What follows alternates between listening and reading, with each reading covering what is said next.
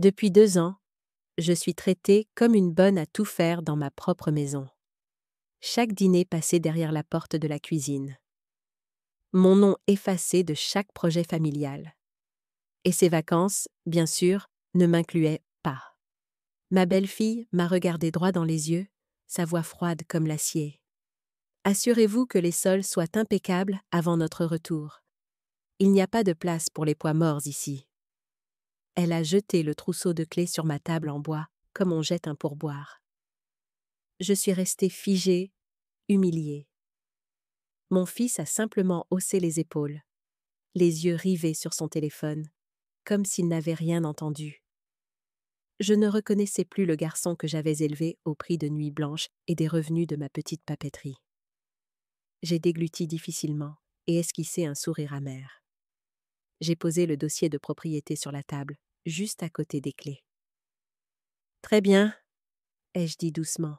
« Je vais tout nettoyer, surtout les choses que vous ne pouvez pas voir. » Alors que la porte se refermait dans un claquement sec, j'ai glissé le verrou et j'ai pris le téléphone pour appeler quelqu'un qu'il n'aurait jamais imaginé que j'avais encore dans mes contacts. À l'autre bout du fil, une réponse brève a suffi à tout mettre en mouvement. Cette fois, quand ils reviendront, il n'y aura pas que les sols qui brilleront. Leurs faux semblants seront mis à nu et ma belle-fille sera la première à en payer le prix. Si vous êtes encore à l'écoute, dites-moi d'où vous regardez. Chaque commentaire que vous laissez est une nouvelle étape dans ce voyage. Et si cette histoire vous a touché, n'oubliez pas de cliquer sur « J'aime » pour qu'elle puisse aller encore plus loin. Je m'appelle Hélène Lambert, 72 ans, veuve depuis près de 20 ans. J'ai passé ma vie à travailler dans une petite papeterie, économisant chaque euro pour élever mon fils et conserver cette maison, cet endroit autrefois rempli de rires, de l'odeur du café du matin et des chansons de mon mari. Je ne suis pas riche, mais je suis fière que chaque brique de cette demeure ait été payée avec ma sueur et mon temps. J'ai longtemps cru que l'amour et la patience suffisaient à maintenir une famille unie. Aujourd'hui, avec le recul, je comprends. Parfois, la gentillesse n'est pas accueillie par la gratitude, mais par l'exploitation. C'est ce qui m'a réveillée. Je suis restée dans la cuisine silencieuse, écoutant la portière de la voiture claquer et le moteur s'éloigner, laissant derrière lui un silence épais. L'air était si lourd que je pouvais entendre les battements de mon propre cœur résonner contre la table. Le trousseau de clés de Manon gisait à côté du dossier de propriété, le métal projetant une froide bande de lumière. La maison que j'avais mis la moitié de ma vie à construire, mon havre, celui de mon mari, de mon petit garçon, était devenue une chambre d'écho pour les ordres. J'ai regardé autour de moi et j'ai vu la preuve de leur cruauté dans chaque recoin. Les photos de famille déplacées au sous-sol. Le fauteuil à bascule de mon mari relégué au débarras. Un salon rempli de ce que Manon appelait des pièces modernes. Toute trace de moi semblait avoir été effacée. Elle m'a dit de garder les sols propres, sans réaliser que c'était elle qui avait vidé cet endroit de sa chaleur. Je me suis assise dans le vieux fauteuil, près de la fenêtre, où mon mari lisait le journal chaque matin. Dehors, la lavande que j'avais plantée embaumait la brise, la seule chose que Manon n'avait pas remplacée par du plastique. J'ai fermé les yeux et j'ai stabilisé ma respiration. Pendant 2 ans, j'avais enduré le mépris qui s'infiltrait comme de l'eau froide, jour après jour, érodant ma fierté. Des mots doux qui coupaient plus que des couteaux. Ne vous inquiétez pas, je vais le nettoyer moi-même, ce qui signifiait que je devais disparaître. Ou, vous ne comprendriez pas ces trucs technologiques, ce qui signifiait que je n'étais pas assez intelligente pour donner mon avis. Romain, le fils que j'avais cru si doux, restait silencieux. Il choisissait la voie la plus facile, détourner le regard. Je l'excusais, me disant qu'il était coincé entre deux femmes. Mais ce matin, quand il a laissé Manon m'humilier en face sans un mot, j'ai compris. Il avait choisi l'autre camp. Je me suis levée et j'ai marché vers le petit coffre-fort dans le coin. La boîte en métal gris était à sa place habituelle, une fine couche de poussière marquant les mois où j'avais cessé de m'en soucier.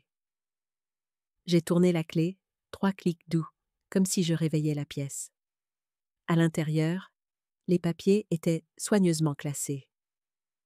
L'acte de propriété de la maison, les livrets d'épargne, les lettres de la banque, tous au nom d'Hélène Lambert. Pas une ligne au nom de Romain, pas une signature de Manon. J'ai caressé le bord d'une page, mes doigts tremblants. Tout ce sur quoi ils vivaient, la maison, la voiture dans l'allée, les fêtes qu'ils organisaient, avaient commencé avec ma sueur, et ils osaient m'appeler un poids mort. La honte est montée, mêlée de colère. Mais je ne voulais pas pleurer. J'avais assez pleuré ces 2 dernières années. Aujourd'hui, je ne ressentais que de la clarté. J'ai ouvert un petit tiroir, j'ai sorti mon carnet en cuir usé, et je l'ai feuilleté jusqu'à la dernière page. De ma propre écriture, il y a 2 ans, sois patiente pour Romain. J'ai eu un petit rire.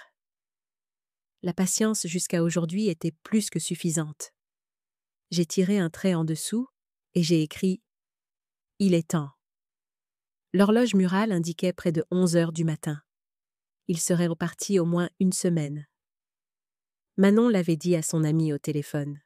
Ce voyage était bien mérité après 2 ans coincé avec la vieille. J'avais exactement 7 jours pour récupérer ce qui m'appartenait. 7 jours pour tout recommencer. J'ai pris mon téléphone et j'ai ouvert mes contacts.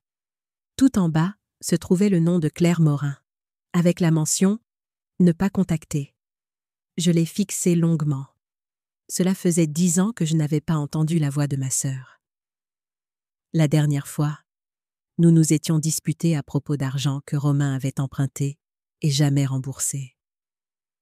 J'avais choisi le silence par honte, puis je l'avais gardé.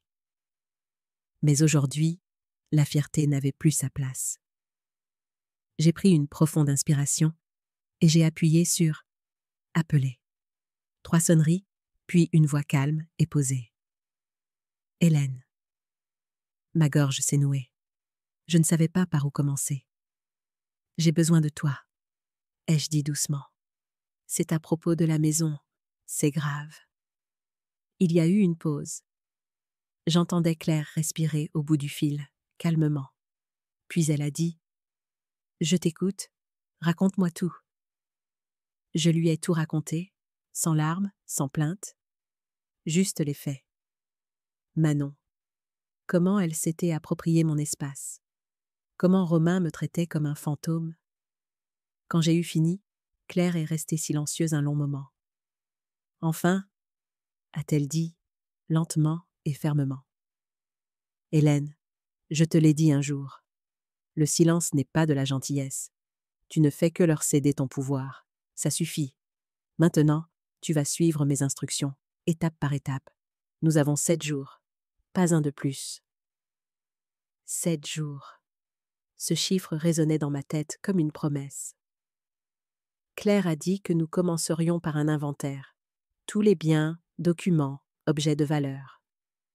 Ensuite, changer les serrures, séparer mes comptes bancaires et installer des caméras de sécurité.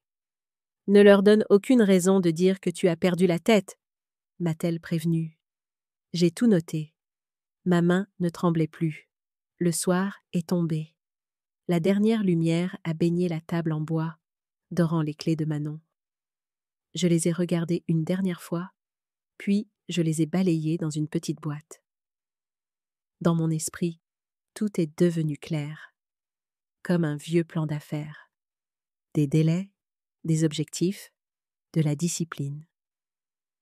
J'ai ouvert une armoire de cuisine, j'ai sorti une vieille bouteille de vin et je me suis versé un verre. Pas pour célébrer, mais pour dire adieu à une partie de moi, la partie douce et docile. J'ai pris une petite gorgée, j'ai inspiré et j'ai senti une chaleur se répandre dans ma poitrine. Cette nuit-là, j'ai arpenté chaque pièce, nettoyant et me remémorant les premiers jours, quand Romain était petit. Il courait en cercle dans le jardin et demandait « Maman, notre maison sera toujours à nous, n'est-ce pas ?» J'avais ri et répondu « Bien sûr, mon chéri. » Cette simple phrase était devenue un vœu. J'avais tenu parole. Ce sont eux qui avaient oublié.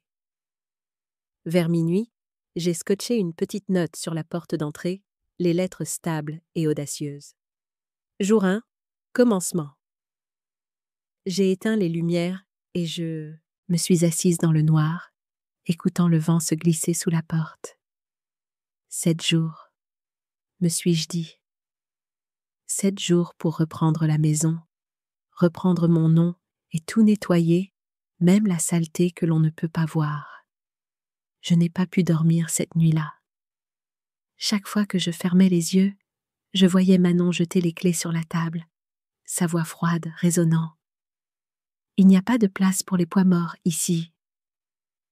Je suis restée immobile dans le noir, et les souvenirs ont défilé comme si ma vie se rembobinait, année après année. J'avais 33 ans alors, veuve depuis 6 mois.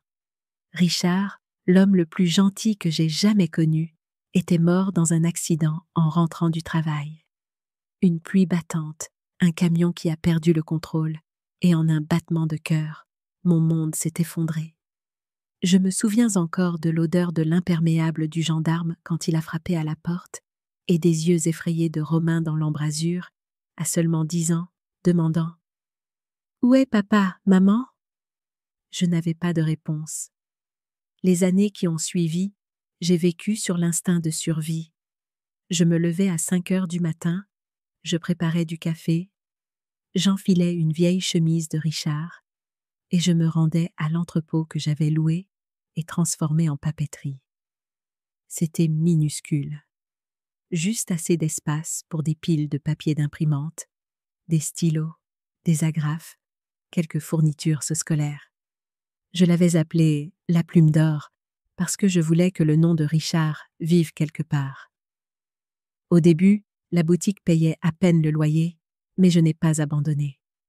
J'ai appris à gérer les stocks, j'ai accroché ma propre enseigne, j'ai souri à chaque client, et après 3 ans, c'est devenu un commerce de quartier incontournable au Val-Fleury. La maison dans laquelle je vis maintenant date de ces mêmes années.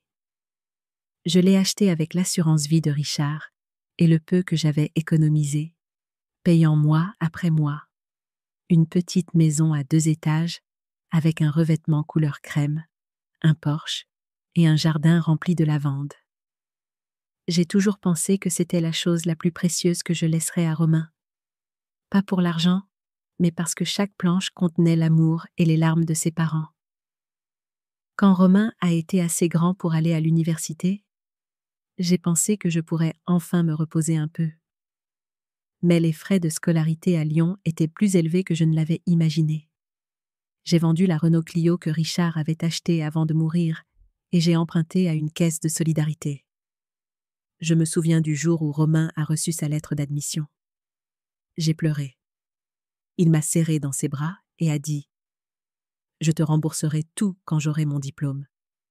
Ne t'inquiète pas. » Je l'ai cru, non seulement parce que je le voulais, mais parce que j'avais besoin de croire que mes sacrifices signifiaient quelque chose. 4 ans plus tard, Romain a obtenu son diplôme en ingénierie informatique. Il est rentré à la maison dans un costume bon marché, les yeux brillants de l'avenir d'un jeune homme.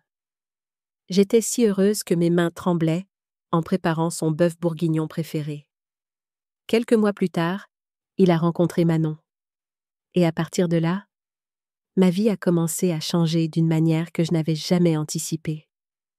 Manon est le genre de femme qui fait tourner les têtes dès qu'elle entre dans une pièce. Cheveux blonds, robe ajustée, un sourire étudié. Mais ce qui m'a dérangée, ce n'était pas son apparence, c'était ses yeux.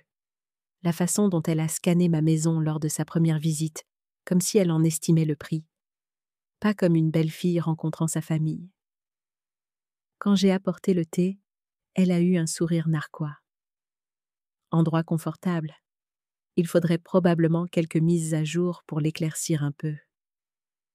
Je me souviens encore du jour où ils ont annoncé leur fiançailles. Romain tenait la main de Manon comme une bouée de sauvetage et je suis restée dans la cuisine, feignant de ne pas m'inquiéter. « Maman, Manon est ma partenaire pour la vie, » a-t-il dit. J'ai souri. Quelle mère ne veut pas que son enfant soit heureux? Mais au fond de moi, une alarme silencieuse s'est déclenchée. Ses yeux ne se posaient jamais sur Romain. Il parcourait son poignet, la montre que je lui avais offerte pour son diplôme. Leur mariage a été plus extravagant que prévu. Un lieu somptueux au bord du lac. Des lumières chaudes scintillant sur l'eau comme dans un rêve. Romain a dit « Maman, pourrais-tu participer un peu? C'est un jour unique dans une vie. » J'ai puisé dans mon épargne retraite, de l'argent que j'avais économisé pendant 20 ans, en pensant que le mariage d'un fils n'arrive qu'une fois. À la réception, l'organisateur m'a placée dans un coin reculé avec des parents éloignés. Ma nouvelle belle-fille m'a fait un rapide baiser en l'air et est passée à autre chose. J'ai regardé mon fils danser avec sa femme sous la lumière dorée, son sourire large, et je suis restée assise tranquillement avec un verre d'eau. Ce soir-là, à la maison, j'ai enlevé mes chaussures, posé mon sac à main, et j'ai réalisé que j'avais été officiellement éjectée du tableau que j'avais passé une vie à peindre. Quelques mois plus tard, ils sont venus me voir. Manon était douce comme du miel. « Maman, les loyers en ville sont exorbitants. Nous pensions que nous pourrions rester avec toi juste quelques mois pour économiser. » Mon cœur s'est attendri. « Bien sûr, c'est votre maison. » Je n'avais aucune idée que je venais de leur donner un aller simple pour me mettre à la porte de ma propre maison. Ces quelques mois se sont transformés en 2 ans. D'abord, ils ont pris la chambre principale parce que ce serait plus facile quand les enfants arriveront. J'ai déménagé en bas, dans le salon, transformant un coin près de la fenêtre en mon espace de couchage. La cuisine que je connaissais comme ma poche s'est remplie de gadgets coûteux auxquels on m'a dit de ne pas toucher. Manon a même collé une petite pancarte sur le réfrigérateur « Veuillez garder cet espace propre ». C'était comme un marquage de territoire. Puis un jour, Manon a suggéré « Tu devrais prendre ta retraite, maman. Tu as assez travaillé. Il est temps de profiter de la vie. » Elle a souri, mais il n'y avait pas une once de sollicitude dans sa voix. J'ai demandé « Et la boutique ?» Manon a jeté un coup d'œil à Romain. « Nous pouvons t'aider à la vendre. Nous investirons l'argent dans la start-up de Romain. Les rendements sont incroyables. » J'ai hésité. Cette boutique était une partie de ma vie, un endroit où je m'étais investi corps et âme. Mais quand Romain a pris ma main et a dit « Je ne te laisserai pas perdre, maman », j'ai cédé. J'ai signé le transfert, mettant fin à plus de 30 ans de travail d'un seul trait de plume. Quelques mois plus tard, cet investissement a disparu avec une start-up fantôme. Romain parlait moins, évitant mon regard. Manon a dit « Ne t'inquiète pas, maman, l'échec est une leçon. » À partir de ce moment, je suis devenue une gouvernante non rémunérée dans ma propre maison. Je cuisinais, faisais la lessive, m'occupais du jardin, allais chercher leurs enfants sans un seul merci. Parfois, Manon me lançait « Tu utilises trop de détergent. » Ou « Le sol est sale. » Combien de fois dois-je le dire? Romain restait silencieux, comme si j'étais vraiment devenue une partie de la maison, un meuble sans voix. Chaque nuit, je m'asseyais près de la fenêtre, les lumières de la rue se déversant à travers la vitre, et je pensais à Richard, à la plume d'or, au jour où Romain courait autour du comptoir en riant. Maintenant, ce n'était que des souvenirs. Moi, qui avais tout construit, je m'étais effacée, non pas par la mort, mais par l'oubli. Jusqu'à ce matin, quand Manon a jeté les clés sur la table et m'a traité de poids mort, j'ai enfin réalisé que je m'étais laissé disparaître pendant bien trop longtemps et qu'il était temps de revenir. Le lendemain matin, la lumière matinale filtrait si doucement à travers le rideau que je me suis demandé si je rêvais. La maison était silencieuse, juste le tic-tac de l'horloge et la faible odeur de bois ancien. Pour la première fois en 2 ans, j'entendais à nouveau ma maison. Pas les talons de Manon, pas la télévision assourdissante de Romain, juste le silence. Et je me sentais en paix. Je suis descendue à la cuisine. J'ai ouvert le tiroir du bas, celui que Manon ne touchait jamais, et j'ai sorti un petit bocal en verre dépoli. À l'intérieur, il y avait du café que j'avais caché pendant 2 ans. Des grains torréfiés à la main de mon ancienne boutique. Le goût que j'aimais, mais que Manon qualifiait de bas de gamme et qui empeste la cuisine. J'ai pris une cuillerée et je l'ai moulu dans mon vieux moulin à main. Le doux cliquetis a rempli la cuisine vide comme une berceuse. L'odeur s'est élevée, riche, chaude, comme la liberté. J'ai pris une gorgée, l'amertume sur ma langue répandant une chaleur dans ma poitrine. Un sourire s'est dessiné au coin de ma bouche. C'est mon goût, ai-je pensé. Le goût d'un matin sans ordre, sans avoir à nettoyer derrière qui que ce soit. J'ai porté la tasse à la table et j'ai ouvert le vieux grand livre en cuir que j'avais gardé de la boutique. La couverture était usée, les coins jaunis, mais la première page portait encore la phrase que j'avais écrite en 1989. Note ce qui compte. J'ai tourné à une nouvelle page et j'ai écrit le titre en lettres claires. Liste de ce qui m'appartient. Puis, je me suis levée et j'ai parcouru la maison, le salon d'abord. Dans le coin, le fauteuil à bascule de Richard se tenait autrefois, là où il lisait et berçait Romain pour l'endormir. Maintenant, il y avait un canapé italien gris, brillant, froid et sans âme. J'ai ouvert le débarras. La poussière s'est envolée, et là se trouvait le fauteuil sous une bâche en plastique. Je l'ai essuyé. Le bois était sain, vibrant faiblement sous ma main. J'ai écrit dans le grand livre « Fauteuil à bascule de Richard, à moi ». Je suis passée à la salle à manger. Sur le sol se trouvait une table avec un plateau en verre, quelque chose que Manon avait commandé pour le look. Je suis allée à l'arrière et j'ai ouvert l'ancien cellier. Sous une bâche bleue reposait ma table en pin. Je me suis souvenu que lorsque Romain avait 8 ans, il y avait gravé H plus R Ahar avec un clou.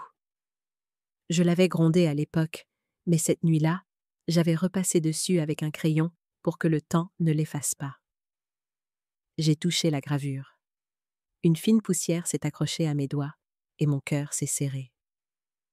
J'ai écrit « Table en pin avec gravure H plus R, à moi ». J'ai continué vers la cuisine. De la porcelaine blanche immaculée était parfaitement alignée, chaque pièce estampillée d'une marque européenne coûteuse dont Manon se vantait.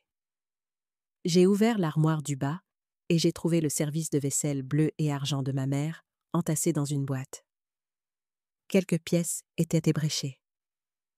J'ai voulu pleurer, mais je me suis retenue. J'ai posé ma main sur le bord de la boîte. Une excuse aux morts. Je ne les laisserai plus vous toucher. Pièce par pièce, j'ai écrit. Photo de mariage remplacée par de l'art abstrait, pile de l'horloge à pendule retirée, vase fait main de maman fissurée, caché derrière une fausse plante. Chaque ligne dans le carnet me blessait un peu, mais plus j'écrivais, plus tout devenait clair. J'étais toujours là. Je n'avais pas tout perdu. Dans mon ancienne chambre, maintenant la leur, je suis entrée dans une odeur de parfum cher. Tout était rangé de manière impeccable, froide.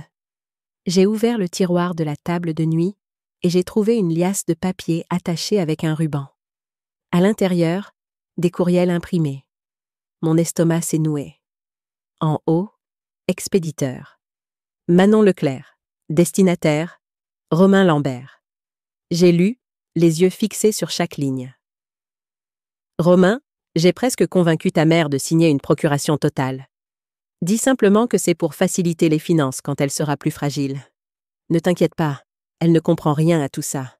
Une fois que ce sera signé, nous pourrons utiliser la maison comme garantie pour le nouveau prêt. Je me suis arrêtée, la poitrine serrée. Elle ne comprend rien. Cela m'a glacé le sang. Pendant 2 ans, on m'avait traité comme si j'étais inutile. Il s'est avéré qu'ils n'étaient pas seulement méprisants. Ils avaient un plan pour me dépouiller de tout. Étrangement, je n'ai ni tremblé ni pleuré. La seule chose que je ressentais était une clarté acérée. J'ai photographié chaque page avec mon téléphone, je les ai téléchargées sur le compte cloud que j'utilisais autrefois pour les photos de Richard et de Romain enfant. Puis j'ai tout copié sur une clé USB cachée dans le tiroir à thé. Quand j'ai eu fini, j'ai refermé la liasse pour qu'elle paraisse intacte. Je me suis assise sur le bord du lit et j'ai regardé autour de moi la pièce qui ne contenait plus rien de moi. Les rideaux, le linge de lit, même l'odeur, rien de tout cela n'était à moi. Mais sur mes genoux, le carnet était ouvert. La dernière ligne attendait. J'ai pris une profonde inspiration. J'ai levé le stylo et j'ai écrit lentement. Hélène Lambert. Moi. Un simple nom, mais je ne l'avais pas écrit pour moi-même depuis des années. J'avais été la maman de Romain, Madame Lambert ou la gouvernante de Manon. Cette fois, je l'ai écrit pour affirmer que j'existais encore, claire, fière et en droit de ma propre vie. La lumière du soleil entrait en biais par la fenêtre et baignait la signature, l'encre s'étalant légèrement, brillante comme du métal. J'ai souri et j'ai fermé le livre. Je suis descendue et je me suis arrêtée devant la pancarte. Veuillez garder cet espace propre. Je l'ai décroché et je l'ai posé sur la table. À partir de maintenant, cette maison sera propre, mais pas de la manière que Manon souhaite. Je vais gratter chaque couche de tromperie qu'ils ont laissée derrière eux. J'ai pris le téléphone et j'ai regardé le nom de Claire sur l'écran. De l'autre côté du pays, elle était probablement dans son bureau, sous des néons et des piles de dossiers. J'ai appuyé sur « Appeler ». Ma voix basse mais stable. « Claire, reviens. J'ai les preuves. » Il y a eu une pause. Puis la voix de ma sœur est arrivée, surprise mais décidée. « Bien, laisse tout en l'état. Ne touche plus à rien. Je pars maintenant. Tu as fait ce qu'il fallait, Hélène. » Exactement ce qu'il fallait. J'ai regardé autour de moi, la poussière encore sur mes mains. Dehors, par la fenêtre, la dernière lumière du jour baignait de reflets dorés la lavande le long du porche. J'ai murmuré, comme si je m'adressais à la maison elle-même. Nous allons récupérer notre nom. Claire est arrivée le mardi matin. Je m'en souviens clairement.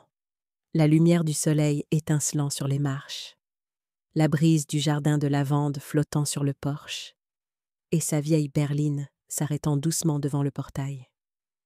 Quand la portière s'est ouverte, j'ai à peine reconnu ma sœur.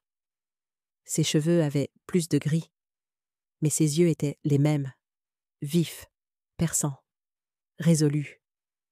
Nous sommes restés là, à nous regarder un long moment. Sans un mot, une simple poignée de main a effacé 12 années froides entre nous. Ma gorge s'est nouée, et la seule chose que j'ai pu dire fut « Merci d'être venu ». Claire a souri, et pendant une seconde, je me suis sentie jeune à nouveau. Comme lorsque nous vendions ensemble à la foire du village, partageant un sandwich grillé entre nous. Nous nous sommes assises dans la cuisine. J'ai fait du café, celui que j'avais caché.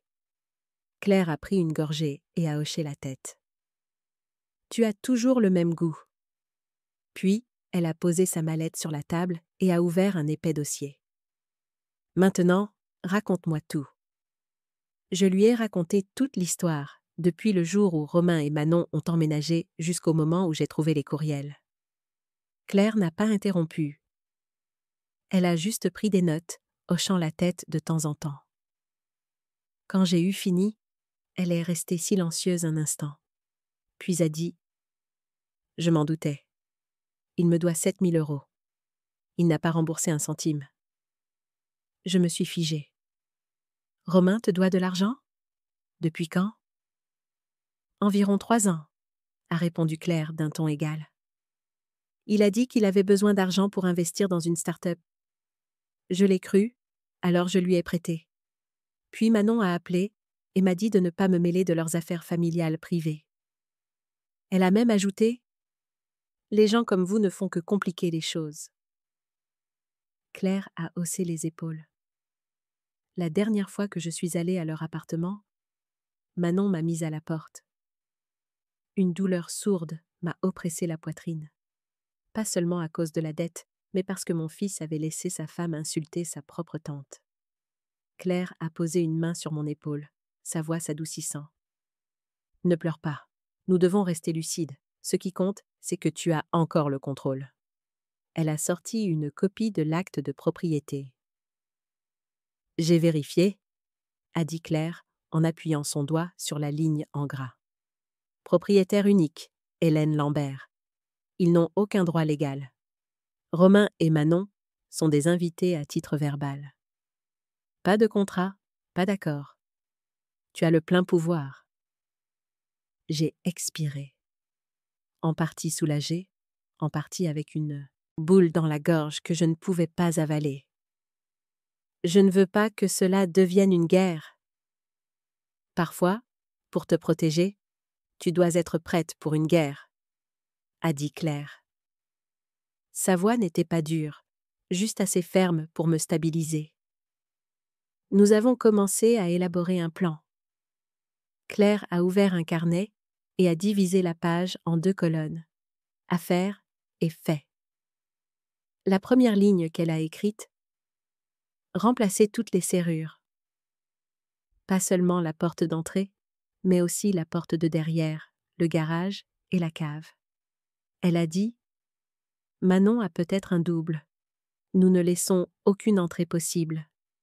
Deuxième ligne: récupérer la chambre principale. Tu as besoin de retrouver ton espace. Mets leurs affaires dans des cartons et range-les soigneusement. Ne casse rien, ne jette rien. Efface simplement leur empreinte à l'étage. Ensuite, préparer un contrat de location de chambre. Claire a expliqué: s'il y a un locataire officiel, tu auras un témoin légal et tu éviteras toute affirmation selon laquelle tu as saisi la maison. J'ai hoché la tête. Chaque ligne qu'elle écrivait me redonnait le sentiment d'être la propriétaire de ma vie. Cet après-midi-là, nous sommes allés à la banque. Claire menait, je suivais. La jeune guichetière a scanné le dossier et a froncé les sourcils lorsque le nom de Romain est apparu comme utilisateur autorisé. « Souhaitez-vous conserver la carte supplémentaire active ? » ?»« Non, » ai-je répondu calmement. « Annulez-la immédiatement. » J'ai signé l'annulation, changé tous les codes PIN et activé les alertes par SMS pour toutes les transactions. J'ai regardé mon téléphone alors que la confirmation apparaissait. La carte supplémentaire a été désactivée. Juste une petite ligne de texte, mais mon cœur s'est senti plus léger.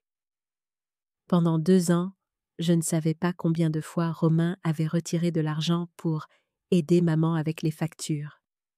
Maintenant, personne ne pouvait toucher à mon compte. En quittant la banque, Claire a dit: « Prochaine étape, la sécurité financière. » Nous nous sommes arrêtés dans une autre banque de l'autre côté de la ville et avons ouvert un nouveau compte. J'y ai transféré toutes mes économies, ne gardant qu'une petite somme pour les dépenses. Chaque document a été copié, tamponné et glissé dans sa propre enveloppe. « Cache-le là où il ne regarderait jamais, » a dit Claire. « Je connais Manon. Elle retournera à la maison. » Ce soir-là, nous avons tout étalé sur la table du salon. Claire a examiné chaque détail, de l'acte de propriété aux factures de services publics. Je ne m'attendais pas à ce qu'elle soit toujours aussi méticuleuse que lorsque nous étions jeunes. La lampe de bureau éclairait les rides autour de ses yeux, gravées non seulement par l'âge, mais par des années de pratique juridique à travers les mensonges et les litiges. « Tu as toujours ces courriels ?» a-t-elle demandé. J'ai hoché la tête. « Sauvegardés sur le cloud et une clé USB. » Claire a souri. « Bien. Maintenant, nous allons acheter des caméras. » Elle a écrit dans le carnet 3 caméras cachées. Coin de la cuisine, salon, porte d'entrée. « Je connais un type qui fournit du matériel de sécurité à notre cabinet, » a-t-elle dit. « Elles sont minuscules. Si tu les places correctement, personne ne les remarquera. L'une est une horloge murale, l'une est une prise de courant, l'une est un vase. Ils ne sauront pas qu'ils sont enregistrés. » Je l'ai regardée, reconnaissante et stupéfaite. 12 ans de distance avaient semblé couper notre lien de sang, mais une crise avait suffi à nous réunir. Peut-être que seules les personnes qui se sont un jour profondément aimées peuvent se retrouver aussi rapidement. Au moment où nous avons terminé le plan, il était tard. J'ai préparé 2 tasses de tisane et en ai posé une devant elle. « Je te dois tellement, » ai-je dit. Claire a souri. « Reprends simplement ce qui t'appartient. C'est assez pour moi. » Nous sommes restées assises en silence, écoutant le vent passer à travers la lavande, son parfum se déversant par la fenêtre. Un instant, je me suis sentie revivre. 2 sœurs unies par un seul but, non par colère, mais pour la justice et la dignité. Avant de se coucher, Claire a écrit la dernière ligne du plan. « Demain, commence à changer les serrures. Reste ferme, n'aie pas peur. » Je l'ai lu, puis j'ai fermé le carnet. Quelque chose est monté dans ma poitrine, pas de la haine, mais la sensation de respirer librement. Pour la première fois depuis des années, j'ai éteint les lumières sans craindre l'obscurité. Dehors, la lavande se balançait légèrement, comme si elle me murmurait. Les sœurs Lambert sont de retour. Le lendemain matin, le ciel était d'une clarté inhabituelle. La lumière du soleil se déversait par la fenêtre de la cuisine, inondant la table en bois où Claire et moi avions étalé des papiers la veille. J'ai versé du café, ouvert le plan et regardé la ligne qu'elle avait écrite. « Demain, commence à changer les serrures. » Il était temps. Vers 9 heures, une vieille camionnette argentée s'est arrêtée devant le portail. Un homme petit et solide, coiffé d'une casquette, en est sorti, une boîte à outils à la main. « Madame Lambert » a-t-il dit, sa voix basse et calme. « Je suis Thomas Vasseur. Claire m'a demandé de changer vos serrures. » J'ai hoché la tête et je l'ai laissé entrer. Il a retiré ses gants, a scanné l'espace et s'est mis au travail. Le léger cliquetis du métal a résonné dans le couloir, comme les premières notes d'un nouveau chapitre. Je suis restée à proximité, observant.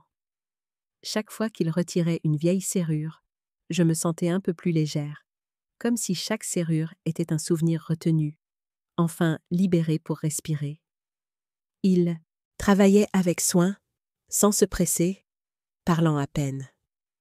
Quand il a eu fini, il m'a tendu 3 nouveaux jeux de clés. « Celles-ci ne peuvent pas être dupliquées, » a-t-il dit. « Ne donnez un jeu qu'à quelqu'un en qui vous avez confiance. » J'ai saisi le trousseau et le métal froid s'est répandu dans mes doigts. Après toutes ces années, je tenais vraiment à nouveau les clés de ma propre vie. Après le départ de M. Vasseur, Claire et moi avons commencé à emballer. Nous avons ouvert la chambre de Romain et Manon. Elle était bien rangée, mais sans âme. Des photos de plage encadrées avec des sourires forcés, des flacons de parfum de luxe, un placard rempli de costumes chers. J'ai soulevé chaque article, je l'ai plié et je l'ai mis dans un carton. Sans précipitation, sans colère, sans tremblement. Claire étiquetait chaque boîte pour moi. Vêtements, documents, bijoux, électronique. Quand nous sommes arrivés à leur photo de mariage, je me suis arrêtée. Romain, en costume noir, les yeux brillants de fierté. Manon, rayonnante, le bras autour de sa taille. Je l'ai fixé si longtemps que ma gorge s'est nouée. Je me suis souvenue de la petite main de mon garçon dans la mienne alors qu'il apprenait à marcher, de lui le matin de sa remise de diplôme et de sa promesse « Je te rembourserai ». J'ai glissé la photo dans la boîte et j'ai murmuré « Tout ce que je veux maintenant, c'est que tu nous rendes notre paix ». À midi, le soleil tapait fort à travers les fenêtres du salon. J'ai sorti le fauteuil à bascule du débarras et j'ai enlevé la poussière. Le bois était plus sombre, mais toujours solide. Quand je l'ai remis à sa place d'origine, près de la fenêtre donnant sur le jardin, j'ai presque pu entendre la toux douce de Richard, puis son rire chaleureux. « Tu l'as mis un peu de travers. » Je me suis détournée en souriant. Ensuite, c'était notre photo de mariage. Nous étions jeunes sur cette photo, debout dans un champ d'orge, le vent soulevant mon foulard. Elle était accrochée au mur principal jusqu'à ce que Manon la range au débarras parce qu'elle ne correspondait pas au décor. Je l'ai nettoyée et je l'ai raccrochée à sa place. Quand le clou s'est enfoncé dans le montant, le son était solide, comme une déclaration. Cette maison a de nouveau son propriétaire. Raccrocher notre photo de mariage n'était pas seulement raviver un souvenir, c'était la preuve que j'étais toujours là et assez forte pour tout recommencer. Et vous? Qu'est-ce qui dans votre vie vous a donné l'impression de vous retrouver? Laissez-moi une petite phrase. Je lirai chaque mot. Je suis montée dans la chambre principale. Le linge de lit qu'ils avaient choisi était beige, froid et distant. J'ai ouvert le placard et j'ai trouvé les draps verts d'eau que j'utilisais depuis des années, la couleur que Richard aimait parce qu'elle ressemble à la côte bretonne. Je les ai secoués et j'ai fait le lit. Le mélange de vieux tissus et de la chaleur du soleil a redonné vie à la pièce, comme si son esprit était revenu. En bas, Claire polissait la vitrine. J'ai sorti le service de porcelaine de ma mère, bleu et argent, avec une petite ébréchure sur la plus grande assiette. J'ai nettoyé chaque pièce et je les ai disposées en rangées nettes. Quand j'ai placé la dernière assiette sur l'étagère, la lumière du soleil a frappé l'émail argenté, scintillant comme une larme. « Magnifique !» a dit Claire derrière moi. « C'était ta maman ?» ai-je répondu. Elle disait toujours que les choses n'ont une âme que lorsqu'elles sont utilisées avec amour. Cet après-midi-là, nous nous sommes assises à la table de la salle à manger et avons examiné les papiers juridiques. Claire a sorti une enveloppe. Ceci est un préavis de départ de 30 jours, uniquement si nécessaire. Ton amical, légal, sans insulte.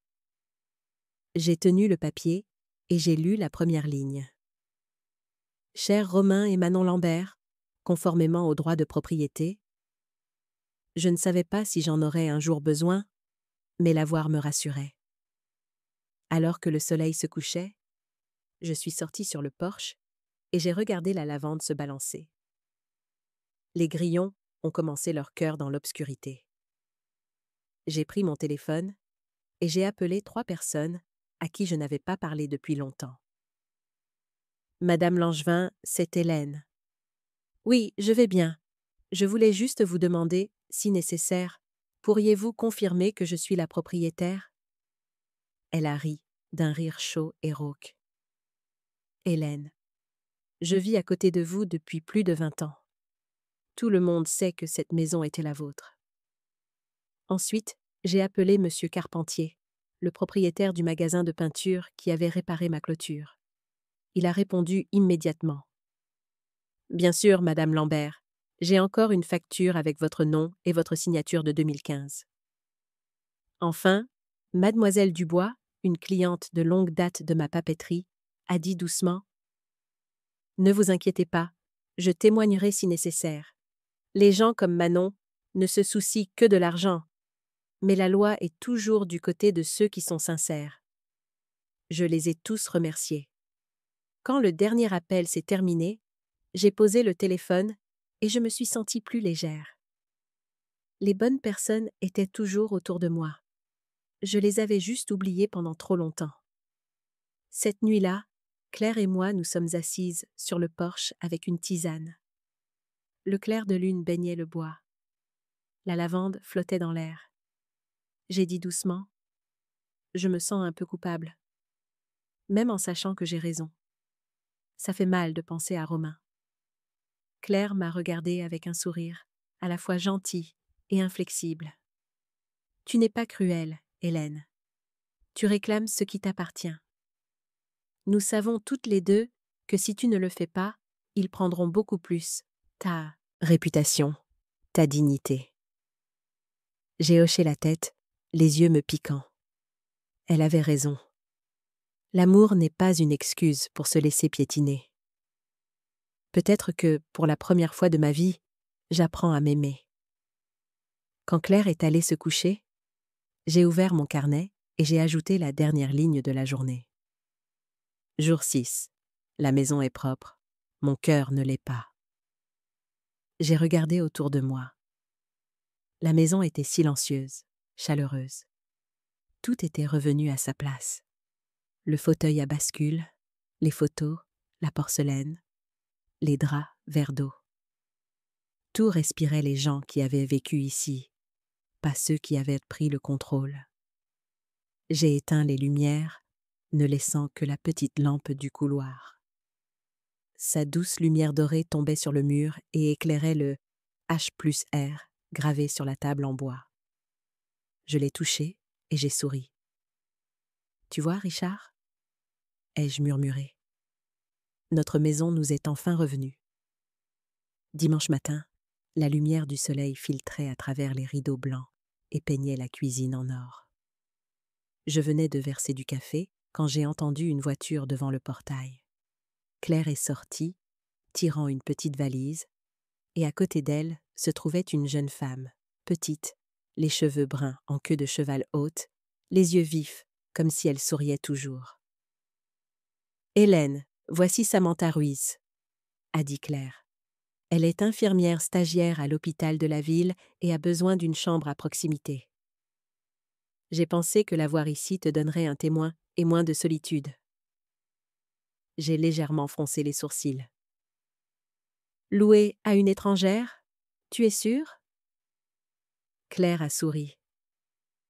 Elle a tous ses papiers, et avoir un locataire montre que la propriété est légalement occupée par le propriétaire.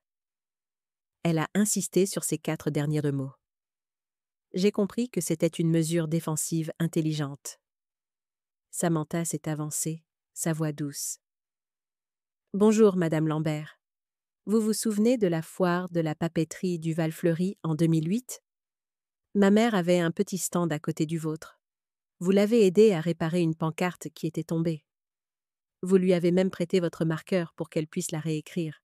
Elle n'a jamais cessé d'en parler. » J'ai cligné des yeux, puis j'ai ri doucement. Eh bien, le monde est petit. L'image d'une jeune femme courant après une pancarte emportée par le vent m'est revenue, ainsi que l'odeur de papier frais et le joyeux brouhaha de la foire. J'ai regardé Samantha de plus près. Quelque chose en elle me mettait en confiance. Peut-être ses yeux, les yeux de quelqu'un qui connaît la gratitude. « Il y a une chambre disponible à l'étage, » ai-je dit. C'est l'ancienne chambre d'enfant, mais elle est lumineuse et a un balcon. Si ça ne vous dérange pas, allez jeter un coup d'œil. Samantha s'est promenée avec précaution, curieuse mais respectueuse. J'adore Madame Lambert, ça sent le temps qui passe. Cela m'a fait rire. Et un peu la poussière, probablement. 1 heure plus tard, nous étions assises dans le salon avec un bail que Claire avait préparé. Tout était clair.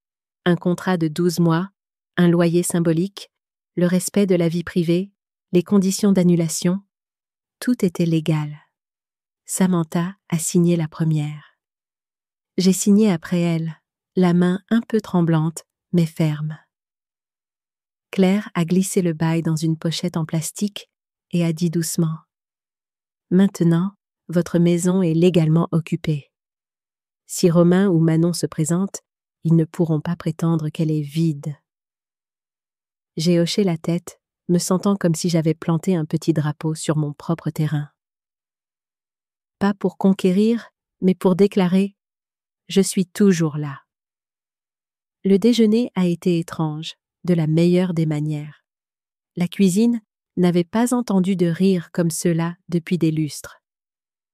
Samantha a insisté pour préparer une salade. J'ai cuisiné une soupe de poulet. Claire a versé du vin blanc. Quand nous nous sommes assises, la lumière a frappé la porcelaine bleue et argentée de ma mère et s'est dispersée en doux éclats. « On se sent comme dans une vraie maison », a dit Claire d'un ton léger. J'ai hoché la tête. 2 ans, Claire. 2 ans sans conversation chaleureuse dans cette maison. Samantha a souri. Je ne sais pas ce qui s'est passé, mais je pense que cette maison a de la chance de vous avoir. Ces mots m'ont touché le cœur. Je l'ai remerciée, puis j'ai mis plus de verdure dans son assiette. 3 femmes, 3 générations, partageant un simple repas qui, pour moi, valait plus que tout. Après le déjeuner, Claire a fait ses bagages pour retourner au bureau. Avant de partir, elle m'a serré la main. « Reste calme s'ils viennent. Les caméras sont en direct.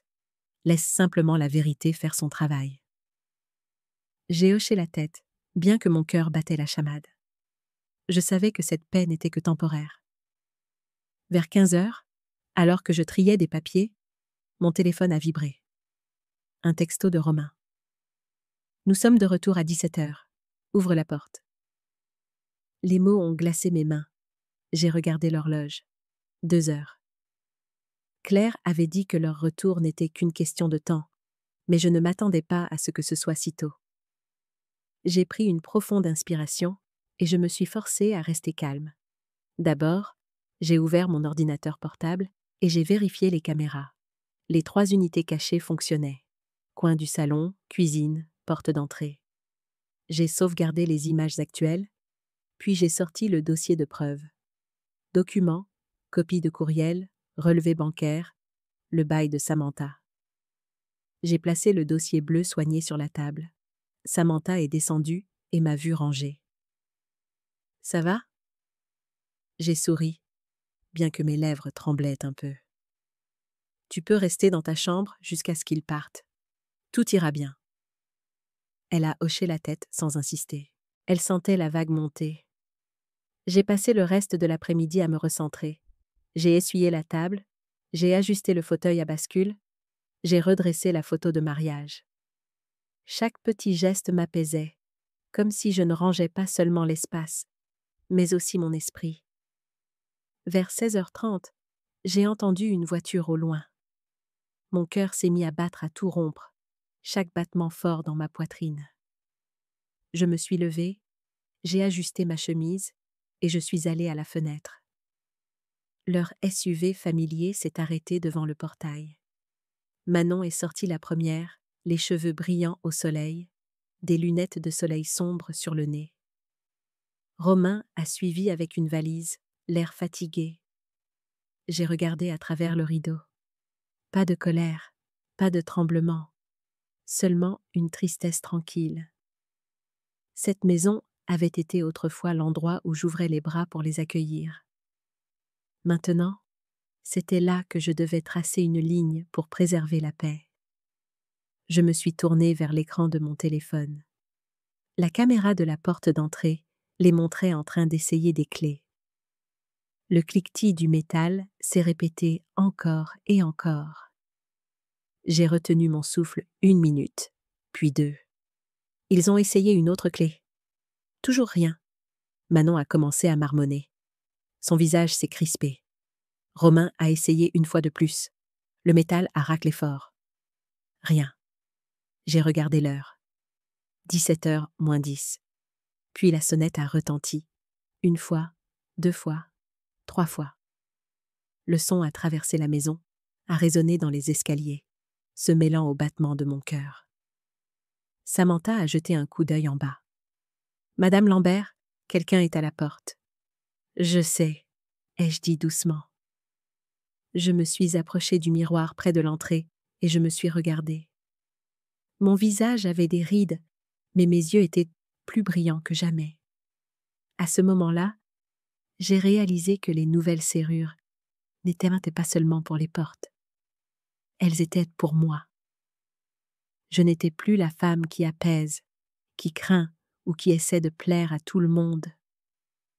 Je suis la propriétaire de cette maison et de ma vie. J'ai saisi la poignée, j'ai écouté la sonnette retentir une fois de plus, puis j'ai tourné la serrure intérieure, chaque clic comme un roulement de tambour pour la confrontation que j'avais passée 7 jours à préparer. J'ai ouvert la porte. Le soleil de fin d'après-midi a balayé le seuil, éclairant 3 visages familiers mais distants. Romain, Manon et les 2 enfants, Caleb et Lily. Derrière eux, 2 énormes valises roulaient sur le carrelage avec un léger grincement. Manon a retiré ses lunettes de soleil, sa bouche se courbant en un sourire forcé. La clé n'a pas fonctionné. Sa voix portait une irritation qu'elle tentait en vain de dissimuler. Je l'ai regardée droit dans les yeux, calme. J'ai changé les serrures. Le silence a duré quelques secondes. Manon a plissé les yeux, puis s'est tournée vers Romain, la voix plus forte. « Changer les serrures ? Pourquoi ferais-tu ça ? Nous vivons ici. Tu n'en as pas le droit. » J'ai coupé court, d'une voix stable et ferme. « J'ai tous les droits, Manon. C'est ma maison. » Romain a ouvert la bouche, mais j'ai vu une pure confusion dans ses yeux.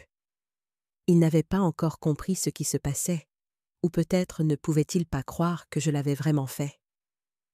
Je me suis écartée. « Si vous voulez parler, entrez, mais seulement pour parler. Pas de scène. » Manon a traîné une valise sur le seuil, ses roulettes raclant le bois fraîchement nettoyé.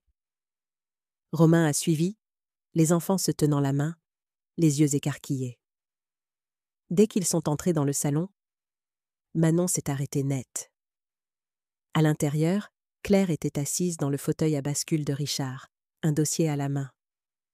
Samantha était à la table voisine, son ordinateur portable ouvert, clairement pas une simple spectatrice. La pièce est devenue silencieuse. Manon a scanné la scène et a reniflé. « Oh, je vois. Tu as transformé ta maison en pension de famille. » J'ai souri doucement, mais assez pour tendre l'atmosphère. « Non, c'est toujours ma maison. J'ai simplement invité des gens décents à la partager. » Manon a expiré brusquement et s'est tournée vers Romain. Tu vois, elle a vraiment perdu la tête. Claire s'est levée, sa voix nette, chaque mot atterrissant comme un poids. Madame Lambert est tout à fait lucide. Je suis Claire Morin, avocate. J'ai tous les documents prouvant qu'elle est l'unique propriétaire de ce bien. Acte de propriété, registre foncier, relevé bancaire. Vous deux n'êtes que des occupants à titre verbal, sans bail et sans contribution aux charges depuis 2 ans. Manon est devenue pâle. Romain a baissé les yeux, les mains jointes. Je n'y crois pas, a lâché Manon. C'est une maison de famille, elle ne peut pas... Claire l'a interrompue. Si, et j'ai également les registres du cadastre et une lettre de la mairie. Si vous le souhaitez, je peux les envoyer directement à votre avocat. Manon a écrasé la sangle de son sac dans son poing et a forcé un sourire moqueur. Tu crois que cette vieille femme peut vraiment faire quelque chose ? Nous allons la poursuivre en justice. Tu regretteras de t'en prendre à ton propre fils. Je l'ai regardé sans trembler. Manon, ai-je dit lentement. Ne te méprends pas, je ne perds pas la tête. Je me suis réveillée. Puis, J'ai sorti un mince dossier du tiroir sous la table en bois et je l'ai posé. Le papier heurtant le bois a produit un son sec et net. Vous vous souvenez de ces courriels? Manon s'est figée. La tête de Romain s'est redressée d'un coup, son visage se crispant. J'ai ouvert le dossier à la première page. La ligne en gras me fixait. Elle ne comprendra rien. Persuade-la simplement de signer une procuration totale. J'ai regardé Romain droit dans les yeux. C'est ce que ta femme a écrit. Et tu es resté silencieux pendant qu'elle traitait ta mère d'idiote. Les mains de Romain tremblaient. Il a fait un demi-pas en avant. Maman, je ne savais pas que Manon avait envoyé ça. Je le jure. Manon s'est retournée vers lui. Tais-toi. Puis elle m'a de nouveau fait face, la voix acide. Que veux-tu? De l'argent? De la pitié? Non, ai-je dit, d'une voix basse mais claire. Je veux les seules choses qui m'appartiennent. Le respect et cette maison. Claire s'est approchée et a posé une autre pile de documents. Relevé bancaire, preuve du changement de serrure, le bail de Samantha et une mise en demeure de quitter les lieux sous 30 jours. Signifié par huissier. Madame Lambert vous donne 24 heures pour rassembler vos affaires. Si vous ne libérez pas les lieux d'ici là, nous engagerons une procédure d'expulsion pour occupation, sans droit ni titre. Manon est restée rigide quelques secondes, puis a laissé échapper un rire cassant. Tu n'as pas le cran.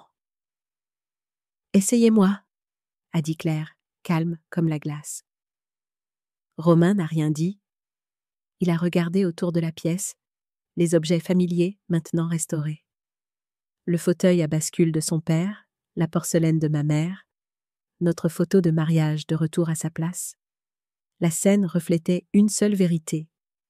Qui était le propriétaire et qui n'était que de passage. Finalement, il a posé sa valise et a dit d'une voix rauque « Je suis désolée, maman. » Je l'ai juste regardé. À ce moment-là, je n'ai pas vu un homme adulte, mais le petit garçon qui un jour s'était agrippé à ma main au passage piéton et avait demandé « Maman, quand aurai-je ma propre maison ?» Et j'avais répondu « Quand tu auras appris à respecter celle-ci ?» J'ai dégluti et j'ai dit doucement « Tu as 24 heures, Romain. Ne me force pas à te voir au tribunal. » Manon a commencé à répliquer, mais Romain a pris sa main et l'a conduite vers la porte. Pas un mot de plus. La porte a claqué, laissant un silence lourd et profond. Je suis restée immobile, ma main sur la table, la respiration rapide. Alors que le bruit des roulettes de la valise s'estompait, mes jambes ont fléchi. Je me suis affaissée sur une chaise, mon corps tremblant. Claire m'a rattrapée. « Ça va ?» J'ai hoché la tête et j'ai essayé de sourire. « Ça va. Je me sens juste vide, mais plus légère. » Elle m'a saisi les épaules. « Tu viens de récupérer ta vie, Hélène. » Ces mots ont fait monter les larmes à mes yeux. Les nœuds à l'intérieur de moi se sont dénoués un par un. Cette nuit-là, la maison était étrangement silencieuse. Je me suis assise dans le salon, j'ai regardé mon reflet dans la fenêtre et j'ai écouté le vent dans la lavande dehors. Mon téléphone a vibré sans arrêt. Romain a appelé, Manon a appelé, des numéros inconnus. L'écran s'allumait et s'éteignait encore et encore. Je n'ai pas répondu. Au lieu de cela, j'ai redressé notre photo de mariage, puis je me suis installée dans le fauteuil à bascule. La lumière chaude de la lampe baignait le mur et captait le H+R gravé dans la table en bois. J'ai fermé les yeux, j'ai respiré profondément et j'ai entendu ma maison respirer en retour. Le vent à la porte, l'horloge régulière, et mon cœur enfin calme. Pour la première fois depuis des années, je n'avais pas peur.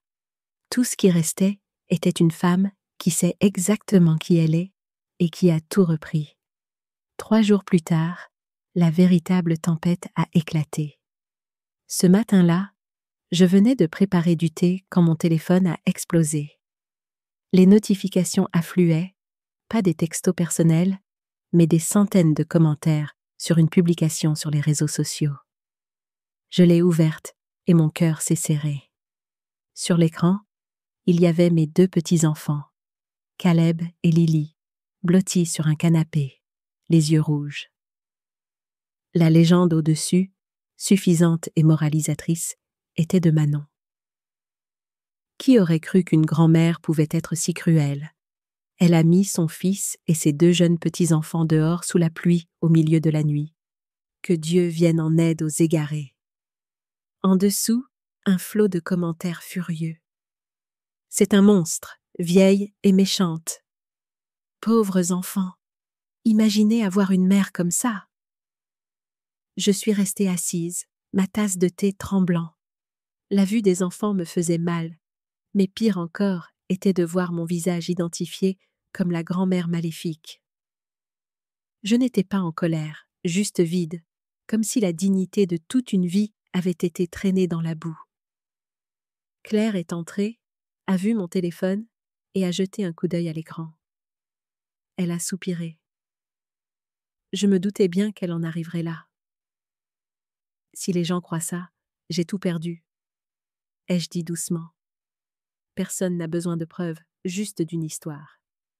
Claire a posé une main sur mon épaule. Alors, nous leur donnerons de vraies preuves. L'après-midi, le quartier était au courant. Une voisine bienveillante a appelé, la voix pleine d'excuses. « Hélène, j'ai entendu Romain dire que vous n'alliez pas bien. Ils racontent aux gens que vous avez des problèmes mentaux. » Je suis restée silencieuse quelques secondes, puis j'ai dit « Merci. Je comprends. » Quand j'ai raccroché, j'ai regardé Claire. « Ils fabriquent un récit. » « Exactement, » a-t-elle dit. « Le moyen le plus rapide de discréditer quelqu'un est de le traiter de fou. Mais ne t'inquiète pas, nous allons mettre fin à ça avec du papier et des signatures. » Ce soir-là, elle m'a envoyé les coordonnées d'une psychologue respectée, le docteur Patricia Verdier, 30 ans d'expérience, souvent appelée à témoigner devant les tribunaux sur la capacité mentale. Le lendemain matin, je me suis rendue à la clinique. La pièce sentait le pin et la camomille. Le docteur Verdier avait environ 60 ans, des cheveux argentés, des yeux gentils mais perçants. Elle m'a invitée à m'asseoir. « Nous allons juste discuter un peu, Madame Lambert. Pas besoin de vous crisper. Je veux juste voir comment vous allez vraiment. » L'évaluation a duré 3 heures. Elle m'a interrogée sur mon passé, mes décisions récentes, ma mémoire des événements, mes capacités de calcul, ma conscience de la situation et ce que je ressentais d'avoir été trahie par mon propre enfant. J'ai répondu lentement et honnêtement, sans esquiver. Quand nous avons terminé, elle a souri doucement. « Vous savez, si toutes les personnes âgées étaient aussi claires et décidées que vous, je serais au chômage. » J'ai souri en retour, plus légère que je ne l'avais été depuis des jours. Cet après-midi-là, j'ai reçu le rapport de capacité avec une conclusion en gras. La patiente est tout à fait lucide, comprend ses actions, ses décisions et sa responsabilité personnelle. Aucune preuve d'incapacité ou de déclin cognitif. Claire m'a accueillie à la porte, l'a lu et a hoché la tête. « C'est ton bouclier. » Ce soir-là, j'ai écrit une réponse, ni en colère, ni sur la défensive, et je l'ai publiée juste en dessous de celle de Manon. Je suis Hélène Lambert, la grand-mère maléfique. Je ne regrette pas d'avoir protégé ma maison de ceux qui ont essayé de la prendre par la ruse. J'aime toujours mes petits-enfants et je laisserai toujours la porte ouverte à quiconque dit la vérité. Voici l'évaluation du docteur Patricia Verdier, confirmant que je suis pleinement compétente et légalement capable. Je crois que la dignité n'a pas besoin de crier. Elle a juste besoin de la vérité. J'ai joint le PDF. En quelques heures, des centaines de commentaires ont disparu. Beaucoup de gens se sont excusés. Certains ont dit qu'ils avaient mal compris. Manon est restée silencieuse. Romain a quitté le groupe familial en ligne sans un mot. Cette nuit-là, je me suis assise dans le fauteuil à bascule et j'ai lu quelques pages d'un vieux livre. Mon téléphone a vibré doucement. Un message d'un numéro familier. Caleb. Mamie, tu me manques. Je sais que tu n'as rien fait de mal. Je n'ai pas pu m'en empêcher. Des larmes sont tombées sur la page. J'ai répondu. Tu me manques aussi, mon chéri. La vérité éclatera.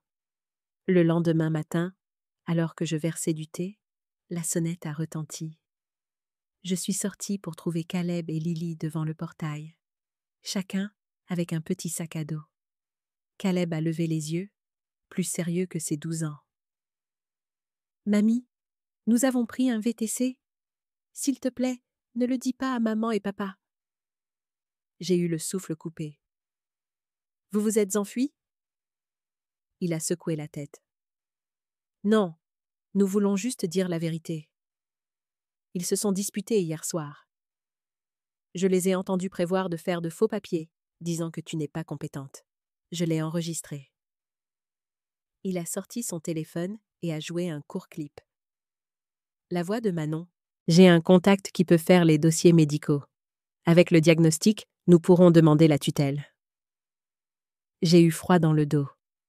Lily a serré la main de son frère. « Mamie, je ne veux pas qu'il fasse ça. » Juste à ce moment-là, Claire est apparue. Elle a écouté une fois, puis a dit doucement « Sauvegarde cet enregistrement.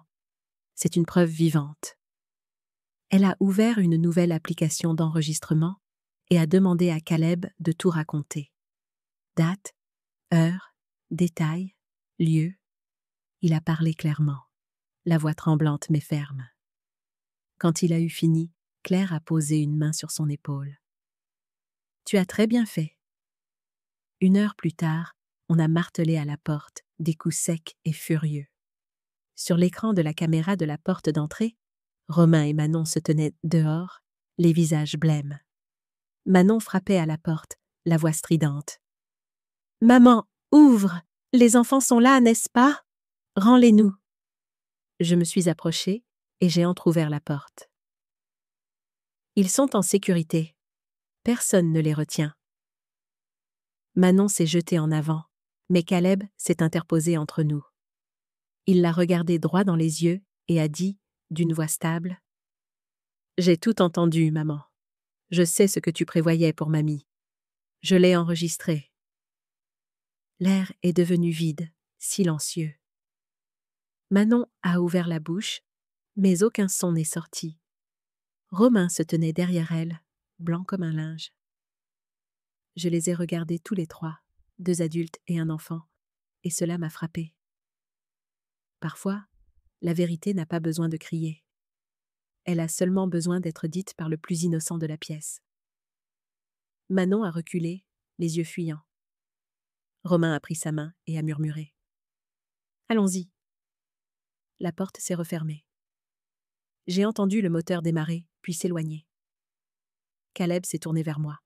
« Mamie, est-ce que j'ai bien fait ?» Je l'ai serré dans mes bras, sentant son petit cœur battre contre moi. « Tu as fait la chose la plus juste, mon chéri. La vérité fait mal parfois, mais elle sauve toujours. » Cette nuit-là, j'ai regardé le porche. Après la forte pluie, des gouttes s'accrochaient à la lavande, scintillant sous la lumière. Une tempête avait lavé la boue qu'ils avaient jetée sur moi. Ce qui restait?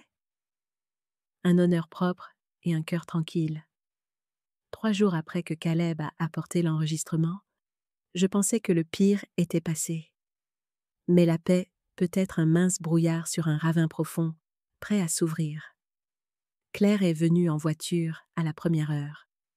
Ses yeux étaient graves, comme quelqu'un sur le point de dire ce que personne ne veut entendre. Elle a posé une épaisse pile de papier sur la table. « Nous devons avoir une conversation sérieuse, Hélène. » J'ai versé 2 tasses de thé et en ai glissé une vers elle.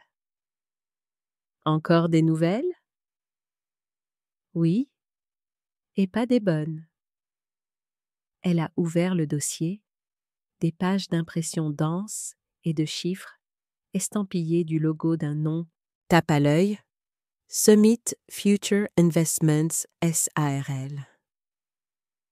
C'est la société dans laquelle Romain a dit avoir investi ton argent, a dit Claire, la voix égale mais froide. J'ai vérifié le système de commerce de l'État. Elle a fait faillite il y a 8 mois. Pas de bureau, pas de personnel. C'était un système pyramidal déguisé, escroquant de petits investisseurs. Je suis restée silencieuse, les doigts crispés sur la anse de ma tasse de thé. Dans ma tête résonnait l'ancienne phrase de Romain.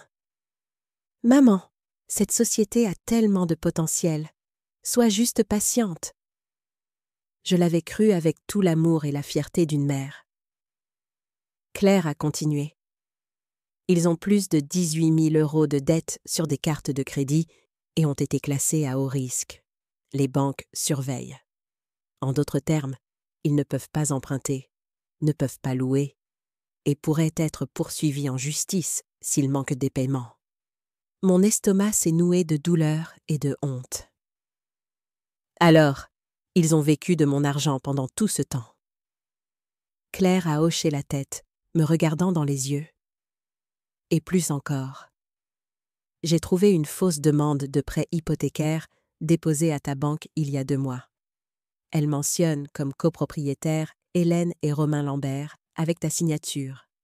Mais cette signature n'est pas la tienne. Je me suis raidie. Mon Dieu! Mes mains se sont crispées sur mes genoux, mon cœur battait à tout rompre. Qui l'a signé? Nul autre que Romain, a dit Claire doucement. J'ai appelé le notaire sur le dossier. Il a refusé de notarier parce que tu n'étais pas présente. Romain a dit que tu étais à l'hôpital et que tu signerais plus tard, mais le notaire n'a pas accepté. La demande a été rejetée avant approbation. J'ai frissonné, un froid glacial m'envahissant. Un pas de plus, une signature falsifiée, et j'aurais perdu cette maison. Claire a posé une main sur mon épaule, lente et sûre. Tu pourrais porter plainte au pénal pour faux et usage de faux. Avec ce que nous avons, la loi est de ton côté. Mais... J'ai levé les yeux. Mais quoi? Elle a soupiré. Les gens désespérés font des choses désespérées. Accule-les et ils pourraient te faire ce que tu ne peux pas imaginer. Il vaut mieux garder ça comme défense. Tiens-le prêt, mais ne tire pas encore. J'ai hoché la tête, le cœur lourd. Je ne veux pas que mon fils aille en prison, Claire. Je sais, a-t-elle dit doucement. Mais tu ne peux pas non plus les laisser détruire ta vie à nouveau. Cet après-midi-là, alors que nous examinions mes comptes, mon téléphone a sonné. Le nom de la banque s'est affiché. Banque du Crédit Régional. J'ai répondu. Une femme a parlé rapidement et clairement. Madame Lambert, nous avons détecté une tentative de connexion inhabituelle sur votre ancien compte, celui où la carte supplémentaire a été annulée il y a 3 semaines. Heureusement, notre système l'a bloqué. Les battements de mon cœur rugissaient dans mes oreilles. Quelqu'un a essayé d'entrer? Oui, depuis une adresse IP à Lyon. Nous avons entièrement verrouillé l'ancien compte par sécurité. J'ai raccroché, les mains tremblantes. En face de moi, Claire a dit « Ils deviennent imprudents ». Ce soir-là, nous nous sommes assises sous la chaude lampe de bureau. Claire a ouvert son ordinateur portable et a tapé rapidement, rédigeant un nouveau document. Je vais préparer une convocation pour une réunion finale en présence d'un notaire. Nous présenterons les preuves et leur donnerons une chance d'admettre leur tort. S'ils ne se présentent pas, cela deviendra la preuve qu'ils évitent la procédure et je saisirai le tribunal. Je l'ai regardé. Ma voix était rauque. Penses-tu qu'ils viendront? Claire a haussé les épaules. Romain pourrait. Il a encore un peu de conscience. Manon, je ne sais pas. Mais nous n'aurons pas peur. Tout se fera dans les règles. Elle a signé la lettre et me l'a tendue. L'entête en gras disait « Convocation à comparaître pour clarification de litige immobilier, compte rendu notarié ». Elle l'a pliée dans une enveloppe épaisse, l'a scellée avec soin et me l'a tendue. Envoie-la par Chronopost à leur adresse temporaire. J'ai trouvé l'endroit qu'ils louent. Elle arrivera dans 2 jours. J'ai tenu l'enveloppe et un sentiment difficile à nommer est monté en moi. Pas de la colère, pas de la haine, une profonde lassitude mêlée de pitié. J'avais un jour pensé que je pourrais sauver Romain de ce mariage. Maintenant, la seule chose que je pouvais sauver était la vérité. Tard dans la nuit, après le départ de Claire, je suis restée seule dans le salon. Le clair de lune frappait le cadre de la fenêtre, projetant mon ombre sur le mur. Une femme aux cheveux argentés, aux yeux cernés, mais avec une chose encore intacte, la volonté. Mon téléphone a sonné. Un texto de Romain. Je viendrai. 10 heures jeudi. Réglons ça en une seule conversation. J'ai fixé la courte ligne et j'ai senti ma gorge se nouer. Je savais que cette réunion ne serait pas facile. Elle pourrait tout finir ou tout recommencer, mais d'une manière différente. Je me suis dirigée vers la photo de mariage, je l'ai redressée, puis je me suis tournée vers la table en bois. Le carnet était ouvert à une nouvelle page, et j'ai ajouté une ligne. Jour 9. La vérité n'est plus une ombre. Elle entre dans la lumière. Je n'ai pas pu dormir cette nuit-là. Je me suis assise dans le fauteuil à bascule. J'ai écouté le tic-tac de l'horloge et j'ai imaginé le matin à venir. Le visage de Romain, les yeux fuyants de Manon et le silence lourd entre 3 personnes qui formaient autrefois une famille. Je savais que lorsque la porte du salon s'ouvrirait à nouveau, elle n'exposerait pas seulement la vérité, elle briserait la dernière illusion de la mer toujours douce à laquelle je m'étais accrochée pendant la moitié de ma vie. 10 heures. La lumière du soleil entrait en biais par les rideaux, déposant une bande douce et soyeuse sur le parquet. Le salon était d'une quiétude inhabituelle. Ce n'était plus l'endroit où je servais le thé, nettoyais ou endurais tranquillement des commentaires acerbes. Aujourd'hui, c'était la table ronde de la vérité. J'étais assise à côté de Claire, en face du notaire qu'elle avait invité. Posture sévère, lunettes rondes brillant du reflet de la fenêtre. Devant lui se trouvait un petit enregistreur, un dossier scellé et 3 tasses de café fumant légèrement. J'ai regardé l'horloge. 10h02. Le bruit d'une voiture s'est fait entendre dans l'allée. Romain est entré le premier. Ses yeux étaient fatigués, ses cheveux en désordre, son visage creusé comme quelqu'un qui n'avait pas dormi.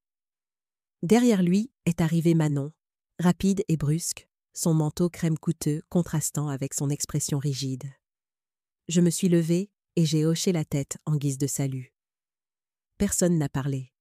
Claire a rompu le silence, sa voix calme et stable. Merci à vous deux d'être venus. La réunion d'aujourd'hui sera enregistrée et notariée. L'intégralité des débats sera conservée pour protéger les intérêts des 2 parties.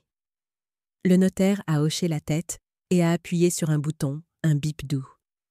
Claire a ouvert le dossier. D'abord, a-t-elle dit, je vais lire une liste des dépenses d'Hélène Lambert au cours des 12 dernières années vous concernant. Elle a tourné les pages, sa voix claire. Frais de scolarité universitaire, 18 000 € payés par la banque régionale. Coût du mariage, y compris le lieu, la robe et les cadeaux familiaux, 7 200 €. Investissement dans une start-up virée directement à Romain Lambert et Manon Leclerc le 3 avril 2022, 5 000 €. Total, 30 200 €. Personne n'a parlé. Seul le stylo du notaire cliquetait doucement sur la page. Claire a continué. Rien de tout cela n'a été remboursé. Ce n'est pas une accusation. C'est la preuve qu'Hélène n'a pas vécu à vos dépens. Au contraire, elle vous a soutenu avec sa confiance. Manon a laissé échapper un rire mince et a coupé court. Oh, allons, nous ne sommes pas venus ici pour un tour d'honneur. Claire n'a pas réagi. Elle a sorti un autre paquet de documents. Ensuite, L'épreuve de tentative de faux. Elle a ouvert son ordinateur portable et a affiché une copie du courriel que Manon avait envoyé à Romain. Elle ne comprendra rien. Persuade-la simplement de signer une procuration totale. Puis, elle a joué l'enregistrement de Caleb, la voix claire du garçon racontant comment ses parents prévoyaient de falsifier des documents. Le visage de Manon s'est vidé de son sang. Romain a baissé la tête, les mains serrées entre ses genoux. Ensuite, Claire a présenté l'évaluation psychologique signée par le docteur Patricia Verdier, confirmant que j'étais pleinement compétente. Enfin, une lettre de la banque confirmant une tentative d'accès à mon compte sans autorisation. Chaque papier atterrissait sur la table comme une lame silencieuse. Personne n'a parlé pendant 1 minute entière. Seule l'horloge tic-taquait, lente et lourde. Manon a craqué la première, sa voix amère. « Qu'est-ce que tu essayes de construire ici? Une vengeance ?» Je l'ai regardée, calme. « Tu penses qu'utiliser ma maison comme garantie est une blague? » « C'était une blague !» a crié Manon, son ton aigu tranchant l'air si vivement que les tasses de café ont tremblé. Nous testions juste si la banque dirait oui. Personne n'a rien signé. Je me suis levée, ma main tremblant un peu, mais ma voix stable. Pour quelqu'un d'autre, c'est peut-être une blague. Pour moi, c'est ma vie. C'est là que mon mari a posé chaque brique. C'est là que j'ai élevé mon fils. Personne n'a le droit de plaisanter avec toute ma vie. Romain a levé les yeux, rouge. Il a parlé doucement, presque en tremblant. « Maman, je suis désolée. Je le suis vraiment. » Manon s'est retournée, stupéfaite. « Qu'est-ce que tu fais ?» Mais Romain ne l'a pas regardé. Il a continué, la voix brisée. « J'ai été stupide. Je l'ai laissé m'entraîner dans un trou. Je sais que tu as raison, maman. Je le regrette. » Manon s'est levée d'un bond, la voix glaciale. « Ne sois pas pathétique. Elles ont tout mis en scène. » Romain s'est tourné vers elle, les yeux humides. « Manon, arrête. J'ai demandé le divorce ce matin. » L'air s'est brisé. Manon est restée muette quelques secondes. Son visage est passé du blanc au rouge. Puis elle a attrapé son sac, a pivoté et est sortie en trombe. Ses talons poignardèrent le sol à chaque pas. La porte a claqué si fort que le tableau au mur a tremblé. Seuls 3 d'entre nous restaient, plus le vent qui murmurait à la porte. Romain est resté assis, les mains couvrant son visage. Claire a fait un signe de tête au notaire. Il a écrit quelques dernières lignes, puis a parlé clairement. Compte rendu enregistré, confirmant que les 2 parties conviennent de mettre fin à tout droit d'occupation du domicile de Madame Hélène Lambert. Les clés sont remises.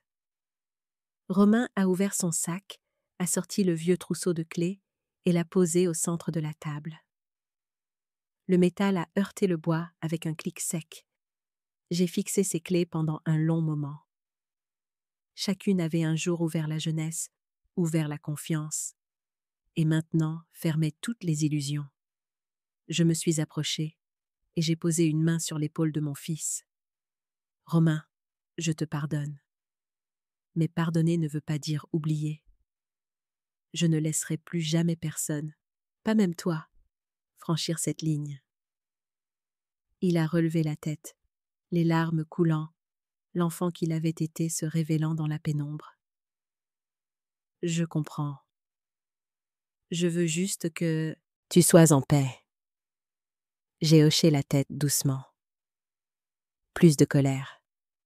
Seulement une tendre tristesse, comme une brume après la pluie. Le notaire a remballé ses affaires. Claire s'est levée pour lui serrer la main. Quand la porte d'entrée s'est refermée derrière eux, j'ai réalisé à quel point la maison était devenue silencieuse. J'ai parcouru le couloir, mes doigts effleurant la photo de mariage et la faible marque où se trouvait autrefois un vieux clou. Tout autour de moi semblait retrouver sa juste place. Pas de voix forte, pas de talons qui claquent, pas de mépris froid. Je me suis assise dans le fauteuil à bascule, respirant lentement et profondément. Pour la première fois depuis des années, je respirais librement. Non pas parce que quelqu'un était parti, mais parce que je m'étais enfin défendue. Dehors, par la fenêtre, la lavande se balançait dans la brise. La lumière de midi s'étirait sur la table où le trousseau de clés venait d'être rendu. Un petit scintillement, preuve que parfois la justice n'a besoin que de la constance d'une vieille femme qui sait qu'elle a raison. Au printemps suivant, le Val fleuri a recommencé à briller après un long hiver. La lavande a fleuri le long de la clôture. Les abeilles dérivaient paresseusement autour des nouveaux pots que j'avais plantés. L'air était plus chaud et ma petite maison, après des années à affronter les tempêtes, littérales et autres, semblait enfin sourire. Un matin, j'ai reçu un court texto de Romain. « Maman, je viens de trouver un travail à la quincaillerie de M. Bailey. 5 jours par semaine. Le salaire n'est pas énorme, mais je me sens en paix. » Je l'ai lu et relu. Pas d'excuses, pas de promesses, pas d'emprunt. Juste une simple phrase qui, pour moi, était le premier signe d'une véritable maturité. Romain a commencé une thérapie, comme Claire le lui avait suggéré. Je savais que ce n'était pas facile pour un homme qui avait été autrefois aveuglément confiant, mais au moins il essayait. À chaque appel, sa voix semblait plus légère, avec des pauses qui n'étaient autrefois que des soupirs. Nous avons établi un calendrier fixe pour voir les enfants toutes les 2 semaines, le samedi. Plus de visites surprises, plus de lignes floues. Je voulais qu'il sache que l'amour était toujours là, mais à l'intérieur de limites sûres pour tout le monde. Ce premier repas, selon le nouveau calendrier, était simple. J'ai fait une soupe de poulet, du pain grillé et quelques pommes en tranches. Caleb et Lily sont arrivés avec 2 dessins au crayon de cire, l'un d'une maison aux fenêtres ouvertes, l'autre de moi en train de lire avec un pot de lavande à côté de moi. Je les ai mis tous les 2 sur le réfrigérateur et j'ai murmuré « Ce sont les cadeaux qui me donnent une raison de me lever le matin. » Samantha vivait toujours avec moi et grâce à elle, la maison a vraiment changé. Un après-midi de mars, alors que nous préparions du café, elle a dit nonchalamment. « Madame Hélène, le garage est grand. C'est dommage de le laisser vide. Pourquoi ne pas en faire quelque chose d'amusant ?» J'ai ri. « Tu veux ouvrir un café ?» Elle a secoué la tête. « Non, je veux que vous m'appreniez à faire des cartes comme celles que vous vendiez dans votre papeterie. » L'idée a immédiatement pris racine. Une semaine plus tard, nous avons vidé le garage, peint les murs en crème et accroché de petites lumières autour du cadre de la fenêtre. J'ai sorti de vieux outils, des ciseaux, du papier à motifs, de l'encre, des embosseurs. Tout était encore en bon état. Quand j'ai ouvert la boîte avec la perforatrice que Richard m'avait offerte en 1984, mes yeux se sont embués. Le coin d'Hélène était né, un petit coin de créativité et de rétablissement. Au début, 6 femmes du quartier sont venues au cours d'essai. La veuve Madame Langevin, l'enseignante à la retraite Mademoiselle Dubois, et quelques autres qui avaient autrefois visité ma boutique. Elles sont venues avec des mains tremblantes et des yeux fatigués par une vie passée à prendre soin des autres. Mais après quelques séances, ces mains ont appris à créer de la beauté à partir de bouts de papier. Nous avons commencé à imprimer des cartes de vœux, à fabriquer des cadres, à embosser des motifs floraux et à nous écrire de petits mots. Je leur ai montré comment assortir les couleurs, presser les fleurs à plat et utiliser de la colle sans faire gondoler le papier. Chaque fois que quelqu'un terminait sa première pièce, la pièce se remplissait de rires légers, comme des carillons sur le porche. 2 mois plus tard, 15 personnes assistaient au cours. Samantha a créé une page sociale pour Le Coin d'Hélène, publiant des photos des cartes des élèves. À notre grande surprise, des dizaines de commandes sont arrivées, principalement de veuves ou de personnes vivant seules. Elle disait vouloir s'offrir des cartes en cadeau, comme un rappel qu'il y a encore de la place pour la gentillesse. J'ai ajouté des sessions avancées, puis des carnets, des boîtes cadeaux et de petits cadres en bois. Le garage s'est transformé en un centre de joie. Le café fraîchement torréfié se mêlait à l'odeur du papier, de l'encre et de la lavande séchée sur le mur. Un après-midi, alors que le cours se terminait, j'ai entendu une voiture dehors. Romain est sorti, portant un plant de lavande violet pâle. « Pour quelqu'un qui sait comment revivre », a-t-il dit avec un sourire maladroit. J'ai pris le pot et j'ai touché la terre humide. La lavande peut supporter le froid, mais elle a besoin de lumière, ai-je dit doucement. Les gens sont pareils, certaines blessures ne fleurissent que lorsqu'elles sont vues. Romain est resté silencieux, puis a hoché la tête. Je savais qu'il avait compris. Nous nous sommes assis sur le porche et avons regardé les enfants jouer. La lumière dorée de la fin de l'après-midi illuminait les cheveux de Lily comme de fins fils d'argent. Caleb courait en cercle, riant aux éclats. J'ai soudain réalisé que les sons les plus ordinaires étaient ce qui m'avait manqué pendant des années. Romain a soupiré et a dit doucement : « Maman, je pensais que l'amour signifiait tout supporter, un sacrifice illimité. Mais maintenant, je comprends. Tu m'aimes vraiment parce que tu as fixé des limites. » J'ai souri, doucement mais fermement. L'amour n'a pas besoin de tolérance aveugle, Romain. La tolérance sans limite n'est que de l'autodestruction. Le véritable amour a des bords, pour que les gens sachent où il est sûr de rentrer à la maison. Il a hoché la tête, les yeux rouges mais brillants. Cette nuit-là, après le départ de tout le monde, je suis restée seule dans le petit atelier.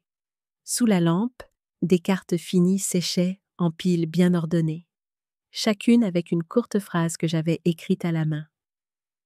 Tout le monde a le droit de revivre, à tout âge.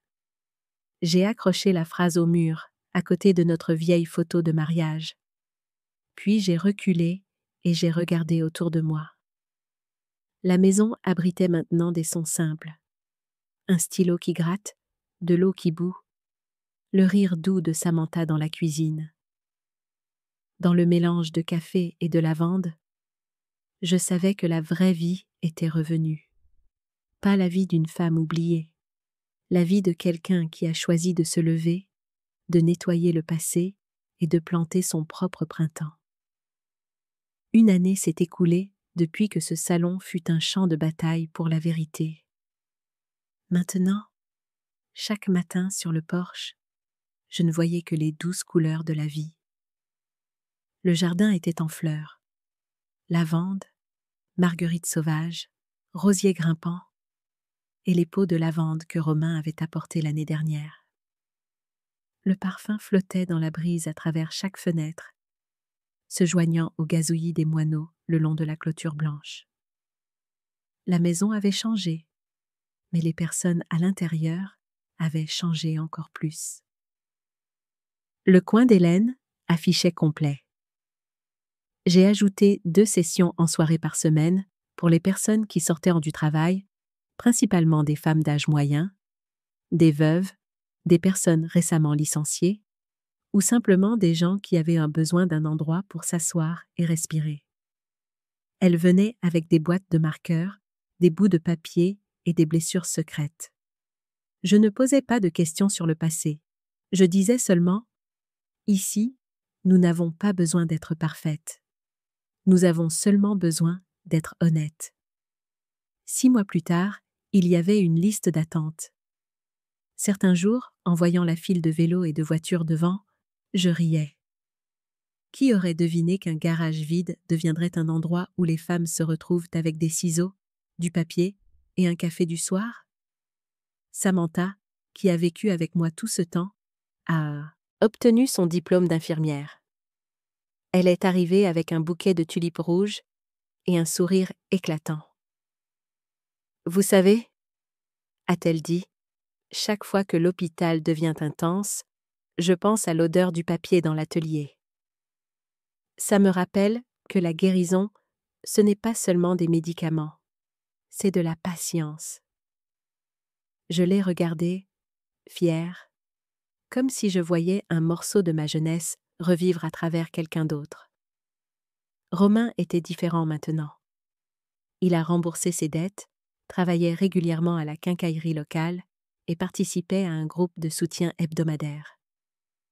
Quand il parlait du passé, il n'esquivait pas.